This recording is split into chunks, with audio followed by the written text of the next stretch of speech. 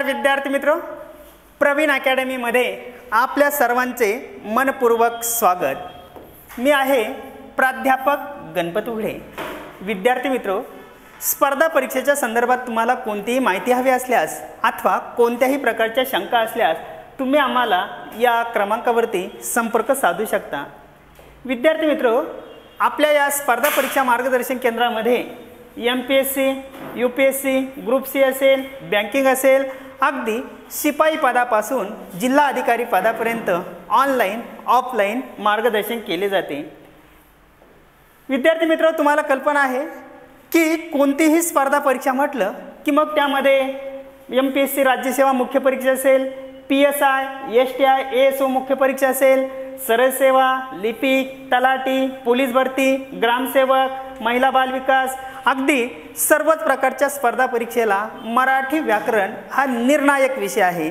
आणि मग यामध्ये आपण यापूर्वी काय पाहिलेलं आहे की वर्णविचार म्हणजे काय, वर्णविचाराचे स्वर स्वरादी व्यंजन, नंतर शब्द सिद्धी कशाला म्हणतात, भाषेचे रस कोणते आहेत, भाषेचे अलंकार कोणते, त्यानंतर पाहिलं आपण त्या ठिकाणी समानार्थी शब्द, विरुद्धार्थी शब्द, त्याचबरोबर सारख्याच उच्चाराचे परंतु भिन्न अर्थाचे शब्द। आज आपण मराठी व्याकरणातील नवीन घटक घेणार आहोत आणि तो घटक आहे मराठी भाषेतील ठळक घटना। मराठी भाषेतील काय आहे? ठळक घटना। आता तुम्ही म्हणाल की या ठळक घटनेवरती परीक्षेला प्रश्न कसे विचारले जातील? परीक्षेला तुम्हाला विचारलं जाईल, काय विचारलं जाईल पहा। मग तुमची राज्यसेवेची मुख्य परीक्षा असेल, PSI, STI, ASO गट ब चा मुख्य पेपर वगैरे असेल, पोलीस भरती असेल अथवा सरळ सेवा असेल, काय प्रश्न विचारला जाईल पहा। अखिल भारतीय पहिल्या मराठी साहित्य संमेलनाच्या महिला अध्यक्षा कोण होत्या? काय सांगितलं प्रश्न नीट लक्षात आला? अखिल भारतीय मराठी साहित्य संमेलनाच्या पहिल्या महिला अध्यक्ष कोण होत्या? खाली पर्याय दिले जातील। A Shanta Shelke, B Sanjeevani Ramchandra Marathe, C Kusumavati Deshpande आणि D इंदिरा संत। मग तुम्हाला माहित पाहिजे की अखिल भारतीय पहिलं मराठी साहित्य संमेलन हे पुण्याला भरलं होतं 1878 मध्ये आणि त्याचे अध्यक्ष होते न्यायमूर्ती गोविंद रानडे आणि पहिल्या महिला अध्यक्ष होत्या कुसुमावती देशपांडे। काय उत्तर आहे तुमचं? कुसुमावती देशपांडे। परत तुम्हाला विचारलं जाईल मराठी भाषेतील पहिली सामाजिक कादंबरी कोणती? मग पर्याय दिले जातील। पानकळा आहे, त्याचबरोबर इंदू काळे सरला भोळे आहे, यमुना पर्यटन आहे, मोचनगड आहे की यापैकी एकही नाही? मग तुम्हाला माहित पाहिजे की मराठी भाषेतील पहिली सामाजिक कादंबरी कोणती आहे? यमुना पर्यटन। मराठी भाषेतील पहिला पोवाडा कोणता? मराठी भाषेतील पहिली लावणी कोणती? मराठी भाषेतील पहिलं वृत्तपत्र कोणतं? मराठी भाषेचं कुळ कोणतं? मराठी भाषेचा वंश कोणता? मराठी भाषेचा वाढदिवस कोणत्या दिवशी साजरा केला जातो? यासारखे एक ना अनेक प्रश्न आपण या ठिकाणी पाहणार आहोत। मराठी भाषेतील ठळक घटना, सर्वात पहिल्या गोष्टी। आलं लक्षात? आणि कमीत कमी 2 गुणांसाठी या घटकातून तुमची तयारी होणार आहे। कोणती स्पर्धा परीक्षा असू द्या, कमीत कमी 2 गुण 100% याच्यावरती निश्चितपणे विचारले जातील। काय करायचं आहे की ज्यावेळेस तुम्ही व्हिडिओ पाहत असताना मग तुम्ही काय करायचे की व्हिडिओ स्टॉप करायचा आहे। स्टॉप केल्यानंतर ज्या ज्या महत्त्वाच्या घटना तुम्हाला वाटतात की ज्या तुम्हाला माहीत नाही त्याची वहीमध्ये नोंद वगैरे ठेवायची आहे आणि वारंवार त्याचं वाचन करायचं आहे, म्हणजे तुमचे 2 मार्क फिक्स होणार आहेत। चला तर आपण समजून घेऊया मराठी भाषेतील ठळक घटना। ओके, पाहता पहिल्यांदा पहिली घटना आहे मराठी भाषेची लिपी। मग तुम्हाला विचारलं जाईल मराठी भाषेची लिपी कोणती? तर तुमचं उत्तर काय आहे? देवनागरी लिपी। कोणतं उत्तर आहे? देवनागरी लिपी। आता देवनागरी लिपी कशी लिहिली जाते? डावीकडून उजवीकडे। आता देवनागरीच नाव का पडलं? तर याच्या पाठीमागचं कारण वगैरे आहे की तुम्हाला कल्पना आहे की भारतातील पवित्र नदी कोणती आहे? गंगा नदी। मग ज्या पद्धतीने भारतातील पवित्र नदी गंगा नदी, त्या पद्धतीने पाकिस्तानामध्ये कोणती नदी मानली जाते? सिंधू नदी मानली जाते। कोणती नदी मानली जाते मित्र? सिंधू नदी।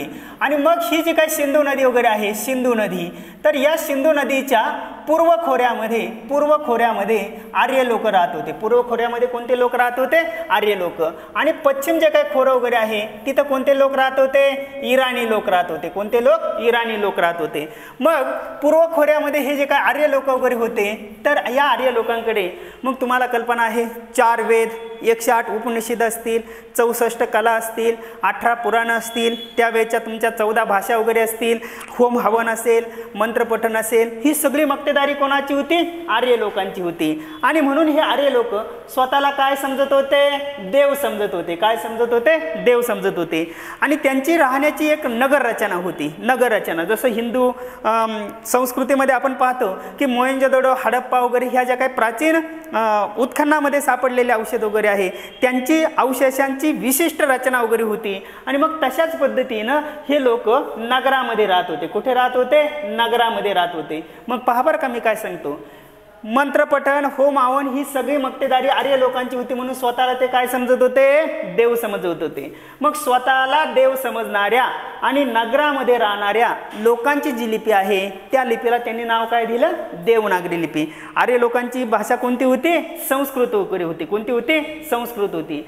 आणि मग या देवनागरीलाच दुसरं नाव आहे बाळबोध लिपी. काय आहे? बाळबोध लिपी. आईची मांडी हे बाळाचं व्यासपीठ असतं. आई मराठी बोलत असेल तर बाळ मराठी बोलणार, आई हिंदी बोलत असेल तर बाळ हिंदी बोलणार. बरोबर आहे की नाही? आणि म्हणून हिलाच काय म्हटलं जातं? बाळबोध लिपी. पुढे स्वतंत्र लिपी. हिला दुसरं नाव काय आहे? स्वतंत्र लिपी. स्वतंत्र म्हणजे याच्यासारखं दुसरं अक्षर नाही आहे. बरोबर की नाही? मग प्रत्येक अक्षराला देवता ठरलेली आहे, प्रत्येक अक्षराचा रंग आहे, प्रत्येक अक्षराचं एक वेगळं वळण वगैरे आहे. म्हणून याला म्हटलं जातं स्वतंत्र लिपी. हिलाच काय म्हटलं जातं? मानव पंथाची धर्मलिपी. मानव पंथाची काय आहे? धर्मलिपी. तुम्हाला कल्पना आहे की मानव पंथाचे संस्थापक होते श्री चक्रधर स्वामी. आणि श्री चक्रधर स्वामींच्या ज्या काही आठवणी आहे, तर त्या आठवणींच्या संदर्भात माहीन भटाने त्या संग्रहित वगैरे केलेल्या आहे. परंतु मानव पंथाचे जे काही 7 ग्रंथ आहे, त्या 7 ग्रंथाची जी काही भाषा वगैरे आहे, ती भाषा कोणती आहे? मराठी वगैरे आहे. मग त्याचा विचार करत असताना मानव पंथाने या भाषेला सर्व प्रकारचे व्यवहार आपल्या मराठी भाषेमध्ये सुरू केले. त्यांनी आपली काय मानलेली आहे? धर्मलिपी मानलेली आहे. देवनागरी लिपीलाच म्हणून काय म्हटलं जातं? धर्मलिपी. हिलाच पूर्वी काय म्हणत होते? मोडी लिपी. काय म्हणायचे? मोडी लिपी. मोडी लिपीलाच दुसरं नाव काय आहे? धाव लिपी. काय आहे? धाव लिपी. जसं आपण कर्सिव रायटिंग वगैरे लिहितो, तशा पद्धतीने ही मोडी लिपी लिहिली जात होती. म्हणून याला दुसरं नाव काय आहे? धाव लिपी. ओके. मग पहिलं लक्षात आलं मराठी भाषेची लिपी. मराठी भाषेची लिपी देवनागरी लिपी. मराठी भाषेचं दुसरं नाव तिथं बाळबोध. देवनागरी लिपीला दुसरं नाव बाळबोध लिपी. तिसरं स्वतंत्र लिपी, मानव पंथाची धर्मलिपी, मोडी लिपी आणि धाव लिपी. चला तर दुसरी घटना पहा. मराठी भाषेचा वाढदिवस आहे 27 फेब्रुवारी. काय आहे? 27 फेब्रुवारी. तुम्हाला परीक्षेला विचारलं जाईल की मराठी भाषेचा वाढदिवस कोणता? 21 फेब्रुवारी, 27 फेब्रुवारी, 1 मे किंवा त्या ठिकाणी 21 ऑक्टोबर असे वेगवेगळे पर्याय दिले जातील. मग तुम्हाला माहीत पाहिजे की 27 फेब्रुवारी हा मराठी भाषेचा वाढदिवस म्हणून साजरा केला जातो. जागतिक मराठी परिषद आणि मराठी भाषेवर प्रेम करणाऱ्या ज्या काही संस्था आणि संघटना आहे, यांच्या वतीने हा दिवस साजरा केला जातो. मराठीतील ज्येष्ठ श्रेष्ठ कवी आहे कवी कुसुमाग्रज. कोण आहे? कवी कुसुमाग्रज. यांचा जन्मदिन आहे काय? विष्णू वामन शिरवाडकरांचा 27 फेब्रुवारी 1912. आणि म्हणून त्यांचा हा जो काही जन्मदिवस आहे, हा जन्मदिवस मराठी भाषा गौरव दिन किंवा वाढदिवस म्हणून साजरा केला जातो. हे तुम्हाला माहीत असणं गरजेचं आहे. कवी कुसुमाग्रज 27 फेब्रुवारी 1912.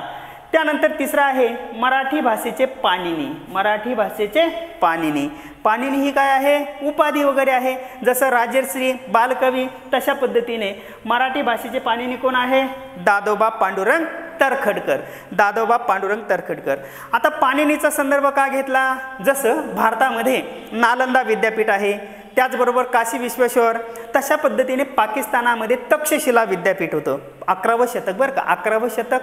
11व्या शतकामध्ये पाकिस्तानातील सिंधू नदी काठी तक्षशिला विद्यापीठ. आणि या तक्षशिला विद्यापीठामध्ये संस्कृतचे प्रोफेसर होते पाणिनी. त्यांनी संस्कृत व्याकरण इत्थंभूत अतिशय तत्वनिष्ठ वगैरे लिहिलं. आणि मग तिथं त्याच्यावरच आधारित काय तशाच पद्धतीने त्या मराठी भाषेचा उगम कोणत्या भाषेतून झालेला आहे? संस्कृत भाषेतून झालेला आहे. मग त्या पाणिनीसारखं दादोबा पांडुरंग तरखडकर यांनी 1836 मध्ये मराठी व्याकरणाचे पहिले पुस्तक लिहिले. नीट लक्षात ठेवा. दादोबा पांडुरंग तरखडकर यांनी 1836 मध्ये मराठी व्याकरणाचे पहिले पुस्तक लिहिले आणि म्हणून त्यांना म्हटलं जातं मराठी भाषेचे पाणिनी दादोबा पांडुरंग तरखडकर. मराठीचे शिवाजी विष्णू शास्त्री चिपळूणकर आहे. कोण आहे? विष्णू शास्त्री चिपळूणकर. शिवाजी ही देखील काय आहे? उपाधी वगैरे आहे. मराठी भाषेतील आद्य पद्यात्मक रचना असलेला ग्रंथ. आता तो ग्रंथ कोणता होता? विवेक सिंधू. परीक्षेला बऱ्याच वेळा हा प्रश्न विचारलेला आहे. मराठी भाषेतील सर्वात पहिला पद्यात्मक ग्रंथ कोणता? पद्यात्मक म्हणजे जसं तुम्ही पहिलीपासून 10वी पर्यंत तुम्ही 12वी पर्यंत शिकता, एक भाग असतो गद्य विभाग, दुसरा भाग असतो पद्य विभाग. पद्य म्हणजे कवितेची रचना असते, कवितेची रचना. जसं आपण पाहतो की पसायदान तुम्ही वाचता. आता विश्वात्मके देवे येणे वागेने तोषावे, तोषोनी मज द्यावे पसायदान हे, जे खळांची व्यंकटी सांडो तया सत्कर्मरती वाढो, भूता परस्पर पडो मैत्र जीवांचे, देवाची याद्वारी उभा क्षण भरी, तेने मुक्तिचारी साधे येल्या हरिमुखे म्हणा पुण्याची गणना कोण करी. ही काय झाली? ओवीबद्ध रचना झाली. म्हणजेच ही रचना कोणती आहे? पद्य आहे, पद्य. मग मराठी भाषेतील पहिला पद्य ग्रंथ कोणता आहे? विवेक सिंधू. तो कुणी लिहिला? मुकुंदराजांनी लिहिला. कुणी लिहिला? मुकुंदराजांनी. आलं लक्षात. त्यानंतर पुढचे 6वी घटना पहा. मराठी भाषेतील पहिला गद्य ग्रंथ. गद्य ग्रंथ इथं तुम्हाला लक्षात ठेवायचं आहे. गद्य आत्मचरित्रपर ग्रंथ. आत्मचरित्रपर ग्रंथ. आता मराठी भाषेतील पहिला गद्य आत्मचरित्रपर ग्रंथ आहे लीळाचरित्र. काय आहे? लीळाचरित्र. लीळाचरित्र कोणी लिहिलं? मैन भटाने. आता लीळा म्हणजे काय? आठवणी. कोणाच्या आठवणी? तर मानवपंथाचे संस्थापक होते श्री चक्रधर स्वामी. कोण होते? श्री चक्रधर स्वामी. या चक्रधर स्वामींनी काय केलं की त्यांच्या ज्या काही आठवणी आहे त्या आठवणी संग्रहित केल्या आणि त्याच्यावर आधारित लीळाचरित्र नावाचा काय केला? ग्रंथ वगैरे लिहिला. आणि म्हणून या ठिकाणी मराठी भाषेतील पहिला आत्मचरित्रपर ग्रंथ गद्य ग्रंथ आहे लीळाचरित्र, मैन भट्टाने लिहिला. पुढे काय आहे? मराठी भाषेतील पहिली कवयित्री महदंबा उर्फ महदाईसा. ही देखील कोण आहे? मानवपंथी वगैरे आहे. आता मानवपंथाचा जर विचार केला तिनं काय लिहिले? धवळे. काय लिहिलं? धवळे. आपल्या भाषेमध्ये धवळे, पण विदर्भीय भाषेमध्ये लच्या ऐवजी काय मानला जातो? ल मानला जातो. आपण म्हणतो घड्याळ, ते म्हणतात घड्याळ. आपण म्हणतो पोळ्या, ते म्हणतात पोया. आलं लक्षात. आणि मग हे धवळे म्हणजे तरी काय? तर लग्नात वराविषयी गाली गेलेली जी काय गाणी वगैरे आहे त्याला काय म्हणायचं? धवळे. पहा कसं पूर्वीच्या काळी नवरदेव नवरीच्या घरी 3 दिवस अगोदर जात होता. मग हळद असेल, त्यानंतर लग्न वगैरे असेल, मग हळदीच्या वेळी नवरदेव आल्यानंतर गाणी म्हटली जायची. पहिली मंडवळी चाफ्याची, पहिली मंडवळी चाफ्याची, नवरदेव आला विशीपाशी, नवरदेव आला विशीपाशी, सईबाई ग बाई, सईबाई ग बाई, सईबाई. मग अशा पद्धतीने लग्नामध्ये वराविषयी म्हणजे नवरदेवाविषयी गायली गेलेली जी गाणी आहेत त्या गाण्यांना काय म्हणायचं? धवळे. आलं लक्षात. ओके, चला पुढे. मराठी भाषेतील पहिली सामाजिक कादंबरी. बऱ्याच वेळा प्रश्न विचारलेला आहे. मराठी भाषेतील पहिली सामाजिक कादंबरी कोणती? प्रादेशिक कादंबरी कोणती? ऐतिहासिक कादंबरी कोणती? तर तुम्हाला माहित पाहिजे मराठी भाषेतील पहिली सामाजिक कादंबरी समाजाच्या हिताच्या दृष्टिकोनातून विचार करणार आहे. मग ती कोणती आहे? यमुना पर्यटन. काय आहे? यमुना पर्यटन. आता यमुना ही त्या कथेची याच्या कादंबरीची कोण आहे? नायिका आहे. मग यमुनेने तिच्या नवऱ्याबरोबर केलेलं पर्यटन म्हणून कादंबरीला नाव काय दिलं? यमुना पर्यटन. आणि ती लिहिली कोणी? बाबा पद्मनजी. लक्षात ठेवायचंय. मराठी भाषेतील पहिली सामाजिक कादंबरी यमुना पर्यटन, बाबा पद्मनजी. मग काय प्रश्न मांडले? तर त्यावेळेचा जो काय प्रश्न होता विधवेचा पुनर्विवाह, त्याचबरोबर सतीची चाल आणि तिसरं काय होतं? धर्मांतर. तर याच्यावर आधारित हे जे काही 3 प्रश्न आहे या 3 प्रश्नावर आधारित ही कादंबरी त्यांनी गुंफलेली होती बाबा पद्मनजींनी. आणि म्हणून मराठी भाषेतील पहिली सामाजिक कादंबरी आहे यमुना पर्यटन. पुढे काय आहे पहा. मराठी भाषेतील पहिली ऐतिहासिक कादंबरी ती कोणती आहे? मोचनगड राभी गुंजीकरांनी, रामचंद्र भीमाजी गुंजीकरांनी लिहिलेली. मराठी भाषेतील पहिली प्रादेशिक कादंबरी जसं कोकण प्रांत आहे, विदर्भ आहे, मराठवाडा आहे, पश्चिम महाराष्ट्र आहे, तशा पद्धतीने मराठी भाषेतील पहिली प्रादेशिक कादंबरी होती पानकळा. आणि ती कोणी लिहिली? र वा दिघे. काय लिहिली? कोणी लिहिली? र वा दिघे. मी तुम्हाला यापूर्वी पण सांगितलं की व्हिडिओ पाहत असताना स्टॉप करायचं आहे. ज्या ज्या गोष्टी तुम्हाला माहीत नाही त्या त्या गोष्टी तुमच्या वहीवरती उतरून घ्यायच्या आहेत आणि वारंवार त्याचं वाचन करायचं आहे. मग आता लक्षात आलं काय की पहिला गद्यग्रंथ लीलाचरित्र, पहिला पद्यग्रंथ विवेक सिंधू, मराठीतील पहिली कवयित्री महदंबा, पहिली सामाजिक कादंबरी यमुना पर्यटन, त्याचबरोबर ऐतिहासिक कादंबरी मोचनगड, मराठी भाषेतील पहिली प्रादेशिक कादंबरी पानकळा. चला तर आपण पुढे जाऊया. पुढे पहा, मराठी भाषेतील पहिली पत्रात्मक कादंबरी. आता मोबाईलचं फॅड आलं, व्हॉट्सअप आलं, ईमेल आला, फेसबुक आलं.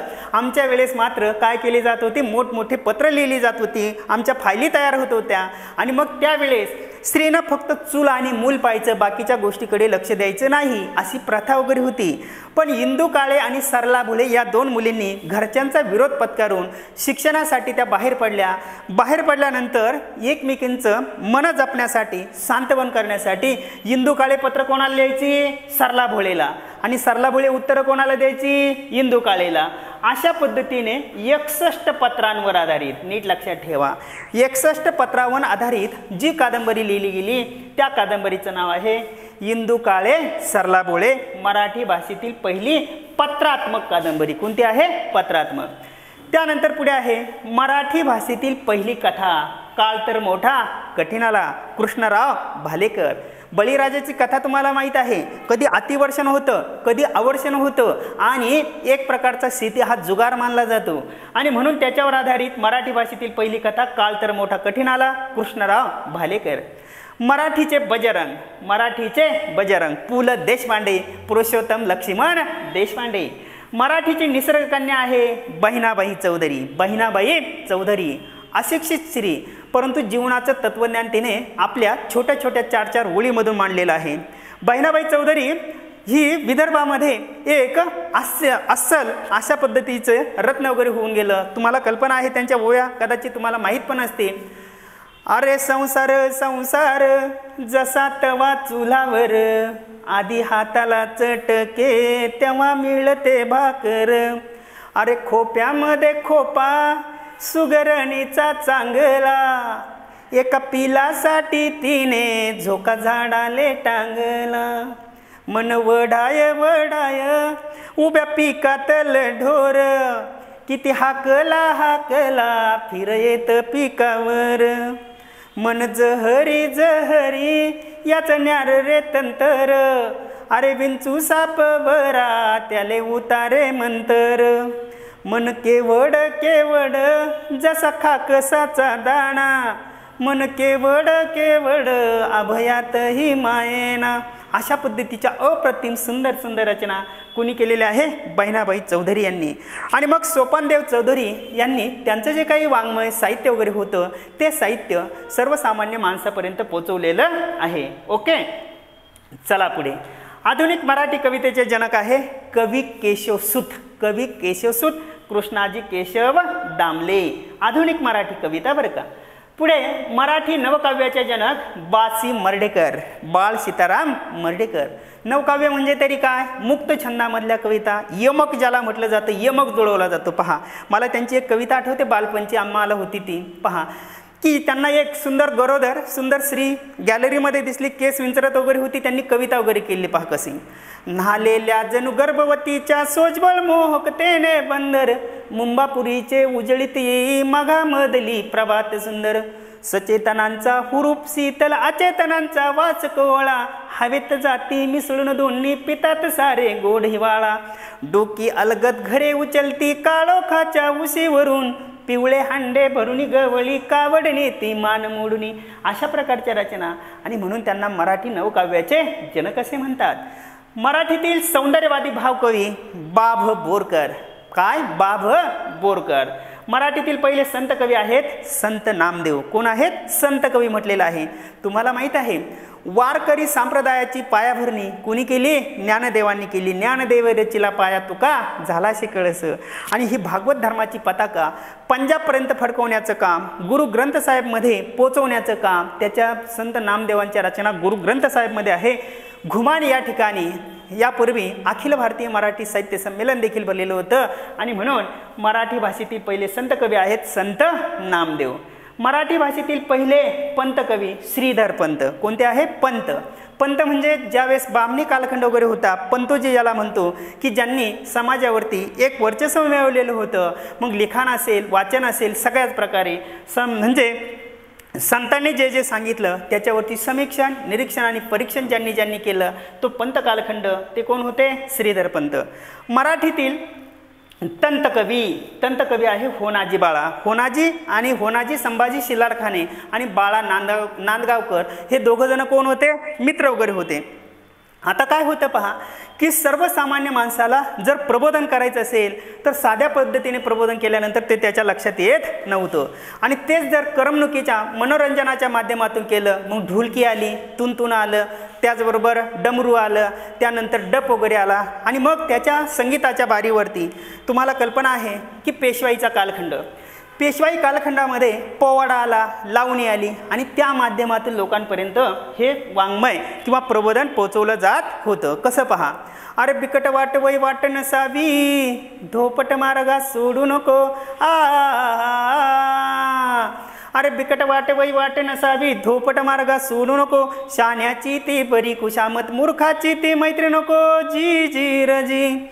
अरे कष्टाची बरी भाजी भाकरी, तुपसाकरीची चोरी नको. अरे कष्टाची बरी भाजी भाकरी, तुपसाकरीची चोरी नको, आल्या तिता मुठभर द्याया, मागे पुढती पाहू नको, जी जी रजी. अशा प्रकारे लोकांपर्यंत प्रबोधन करण्याचं काम कोणी केलेलं आहे? तंतकवींनी. होनाजी बाळा, अनंत फंदी असेल, राम जोशी वगैरे असेल, अशा यांनी, बाळा नांदगावकर असेल. ओके, चला पुढे जाऊया. पहा, मराठी भाषेतील सुनीत काव्य प्रकार सर्वप्रथम कुणी आणला? कवी केशवसुतांनी. सॉनेट म्हणजे इंग्रजीमध्ये तुम्हाला माहिती आहे सॉनेट म्हटलं जातं त्याला, सॉनेट. तर तो सॉनेटचा इंग्रजीमध्ये पण मराठीमध्ये कोणी आणला? कवी केशवसुतांनी, कृष्णाजी केशव दामले. पुढे जपानी भाषेतून मराठी भाषेत आलेला काव्य प्रकार तो आहे हायकू. परीक्षेला विचारला जाईल तुम्हाला, जापानी भाषेतून मराठी भाषेत आलेला काव्य प्रकार सांगा. उत्तर आहे तुमचं हायकू. हायकू का मतलब क्या होता है? हायकू म्हणजे चारोळ्या. काय? चारोळ्या. चारोळ्या कशा असतात? तुम्ही दिव्य मराठी पहा, लोकसत्ता पहा, सकाळ वृत्तपत्र असेल, रविवारच्या ज्या पुरवण्या वगैरे असतात त्या पुरवण्यामध्ये चारोळ्या असतात. 4 ओळीमध्ये समाजकारण, अर्थकारण, शिक्षण याच्यावर काय केलं जातं? प्रबोधन वगैरे केलं जातं. पहा कसं, मोर थुईथुई नाचतो त्याची पिसं सांडतात, मोर थुईथुई नाचतो त्याची पिसं सांडतात, लोक इतके हुशार की सांडलेल्या पिसांचाच बाजार मांडतात, लोक इतके हुशार की सांडलेल्या पिसांचाच बाजार मांडतात. अडकलेला पतंग लोक आधी काढायला बघतात, अडकलेला पतंग लोक आधी काढायला बघतात, निघत नाही म्हटल्यावर फाडायला निघतात, निघत नाही म्हटल्यावर फाडायला निघतात. पुतळे उभारून खरंच स्फूर्ती मिळते का? पुतळे उभारून खरंच स्फूर्ती मिळते का? एकदा ते सरावाचे झाल्यावर नजर तरी वळते का? नजर तरी वळते का? अशा पद्धतीच्या ज्या काय चारोळ्या वगैरे होत्या ते कोणी लिहिला? तो पहिलं पुस्तक चारोळ्यांचं शिरीष पै यांनी लिहिलं. मराठी भाषेतील प्रेमाची शाहीर आहे गोविंदाग्रज राम गणेश गडकरी. त्यांनाच आपण कोणत्या नावाने ओळखतो? बाळकराम नावाने ओळखत असतो. साहित्य क्षेत्रातील सर्वोच्च बहुमानाचा पुरस्कार ज्ञानपीठ पुरस्कार. कोणता आहे? ज्ञानपीठ पुरस्कार. ज्ञानपीठ पुरस्काराला म्हणजे दिल्ली या ठिकाणी ज्ञानपीठ आहे. मग 1965 पासून या पुरस्काराला सुरुवात झाली आणि मग यातील पहिला ज्ञानपीठ पुरस्कार विजेता आहे जी शंकर कुरूप. जी शंकर कुरूप किंवा कुरूप यांनी काय लिहिली? ओत्ता कझाक ही मल्याळी कादंबरी लिहिली. कोणती? मल्याळी कादंबरी. काय केलं जातं की 22 ज्या काय प्रमाण भाषा वगैरे आहे या 22 भाषांमध्ये जो सर्वोत्कृष्ट लिखाण करेल त्याला या पुरस्काराने सन्मानित वगैरे करण्यात येतं. आत्ताचं जर या ज्ञानपीठ पुरस्काराचं स्वरूप जर पाहिलं 11 लाख रुपये, शाल, श्रीफळ, वाघदेवीची काचेच्या घरातील मूर्ती, अशा पद्धतीचं त्याचं स्वरूप वगैरे आहे. आणि पहिला कोणाला भेटला? तो ओत्ता कझाक या कादंबरीला. ती कोणत्या भाषेमध्ये होती? मल्याळी. आता ओत्ता कझाक म्हणजे तरी काय? आपल्या मराठी भाषेमध्ये